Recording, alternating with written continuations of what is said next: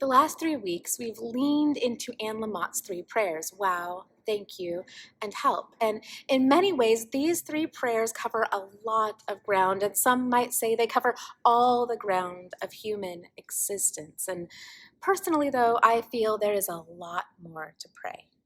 And today we lean into one of the biggest, hardest prayers. Today we sit with prayers and stories of grief. The gospel passage we just read is big, and it is full of some very big theological themes and questions. And in many ways, it is possible to walk away from that story saying, Jesus is kind of a jerk. Why did Lazarus have to die? Yes, Jesus resurrected him, but also, yes, Jesus waited. And in his waiting, he allowed Lazarus to suffer and die. If you've ever been near someone who is dying, you know that that time can be, of course, it can be a sacred and precious time. You know that it is also a painful time for everyone involved. If you've ever lost someone, you know that feeling the first couple of nights. If you manage to fall asleep at all, you wake up and think for just one moment, maybe they didn't really die. Maybe your loved one is still with you and you just finally awoke from the nightmare of losing them. But then you remember. And then it is as though it happened all over again. Not to mention in this particular story, what is at stake for Mary and Martha. Women could not own land at the time, and we have no inkling that Mary and Martha were married or had sons. So in all likelihood, their lives are funded by the goodwill of their brother, and in his death, they are left simply hoping the next male heir provides for them. They are avid supporters of Jesus' work, so they also now have to wonder what this means for Jesus. Why did he wait? It's okay to read this passage and think, wow, Jesus is a jerk. And the Bible as a whole, it tells us in multiple places that the cries of the oppressed and bereft rise to heaven like incense, and eventually God acts. But why eventually? Why not now? Why not when the first cries arise? Why a virus that targets the vulnerable? Why allow leadership to abandon children under 12 as the Delta variant rises and they need to go back to school? Why? It is okay to say God is a jerk. And then in today's passages, we also hear things that might give a completely different impression of Jesus and of God.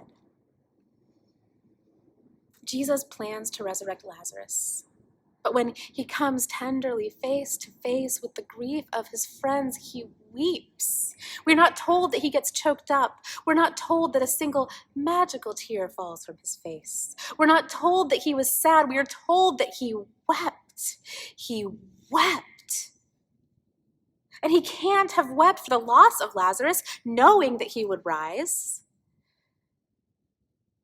We can only conclude that Jesus, who is somehow also God, is confronted with the grief of his beloved and is overtaken with solidarity. He weeps. He weeps in solidarity with those who are hurting. He weeps. And in the Psalms today, we're told that God is near the brokenhearted and binds up those who are crushed in spirit. As I sit with this passage, I imagine a divine mother sitting next to a child with a scraped up knee. The child is weeping, and Holy Mama gently grabs her knee, pats it gently dry, cleans it, bandages it up, and then she pushes hair out of the child's eyes to look deep into them and say, I see that you are still sad. I will stay close to you. Would you like me to kiss your knee? The child nods shakily, and the mother kisses her knee, but the mother can sense that there is still pain beyond the physical pain of the knee. Is your heart hurting too? The child again nods. When my children's feelings are hurt, I ask them if I can kiss them on their nose. Since I can't kiss their feeling, I ask if I can kiss their nose, and their nose will carry my kiss deep within them and find their soul and deliver the kiss and remind them their soul is very loved. Our holy mama asks, "Can I kiss your nose so your heart can feel better too?" The child rolls their eyes at first, then stops and nods, and our sacred mother gently kisses their nose. God is near the brokenhearted and binds up those who are crushed in spirit.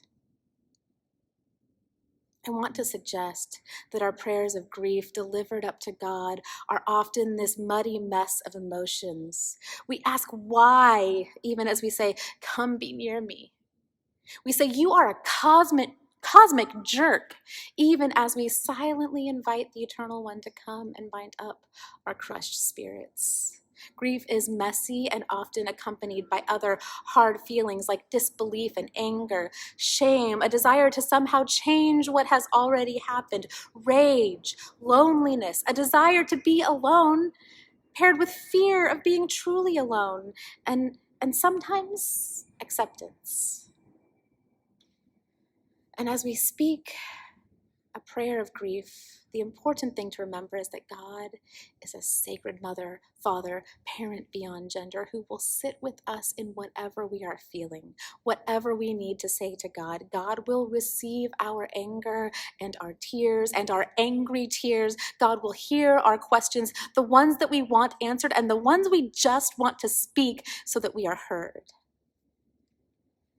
God is near to us in our grief, and as we interrogate God with righteous anger, as Lazarus' sisters did, God binds up our crushed spirits and allows themselves to be vulnerable enough to weep with us. Today, we bring our stories of grief. I imagine we have arms full of grief as we come together to share after the year and a half we've had. Bring them. Let us be near to one another. Let us weep together. Let us bind up each other's crushed spirits. Amen. The scriptures tell us that our laments rise up to God's ears. Over the last year and a half, what is a story of a time your laments have risen up to God's ears, even if you couldn't bring yourself to speak them as a prayer? Maybe it was a moment. Maybe it was a series of moments. Maybe it was a theme. Maybe it was a thread woven itself through the pandemic so far. As an example, a grief might be that we have a common space for shared grief. One day at Bible study years ago, Kay Baldwin was reflecting on how we don't tend to have good places to bring our grief. So I picked this space. We can write down a grief on a piece of paper, roll it up, and tuck it into the wall. We have one of today's scriptures written here. God is near to the brokenhearted and binds up those who are crushed in spirit, or saves those who are crushed in spirit, depending on your translation. When our sorrows become a part of our worship, when we write them down and tuck them in the wall, they become a part of our worship, literally a part of the building. They are tucked into it. I remember one time my oldest had to have a blood draw, and the nurse had a very hard time finding a vein. She was just 2-ish. So when we came to church that week, I asked her if she had anything she was sad about. She said, "Nurse hurt you." "Okay," I said, "let's write it down. Let's tell God. Let's share it with our community." "Okay," she said. I wrote down, word for word, "Nurse hurt you." She helped me write it down, and we rolled it up and tucked it in the wall together. Now, this wall is empty. Not because we don't have stories of grief, but because one of our griefs is that it has not been safe for us to be here together. Last week, my oldest needed an IV. I took them, and it took an hour of several painful attempts to find a vein. And she wept such big tears. I held her close, and my heart broke for her broken heart. And I wanted so badly to write down, "Nurse hurt you," and tuck it into our wall. Instead, I came here this week and spent time being sad with this empty wall. I wonder, what is your grief story from the last year and a half? It might be a big story, it might be a small story, it might be happening right now and entirely unfinished. It might not be your big grief story, but just a grief story. It might just be the story you feel safe sharing today because your big grief story is too big for you in this moment. Or it might be your big grief story, and you might invite us to sit lovingly with it, even if we can't find words. We can always find our hearts. I wonder what your story of grief is, and I invite you now to share it.